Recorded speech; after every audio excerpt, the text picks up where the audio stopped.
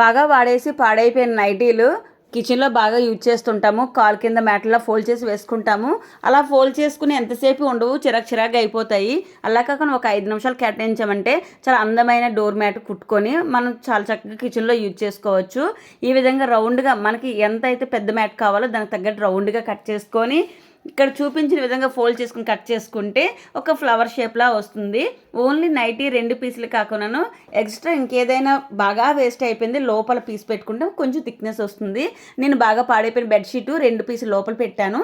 బయట అటువైపు ఇటువైపు నైటీ పీస్ పెట్టుకొని ఈ విధంగా కుట్టుకుంటున్నాను. అయితే ఈ డోర్ మ్యాట్ కిచెన్లోనా లేదా బాత్రూమ్ దగ్గర వాడుకుంటేనే మంచిది. మెయిన్ డోర్ దగ్గర మాత్రం ఇది వాడకూడదని అనుకుంటున్నాను. ఎందుకంటే చాలామంది అంటున్నారు వాడిన బట్టలతో కుట్టిన door mats front door main door దగ్గర పెట్టకూడదు అని. అందుకు ఇదైతే కేవలం కిచెన్లోన లేదా బాత్రూమ్ దగ్గర బాగా యూజ్ అవుతుంది. మీకు నచ్చిందంటే ఒక లైక్ చేయండి.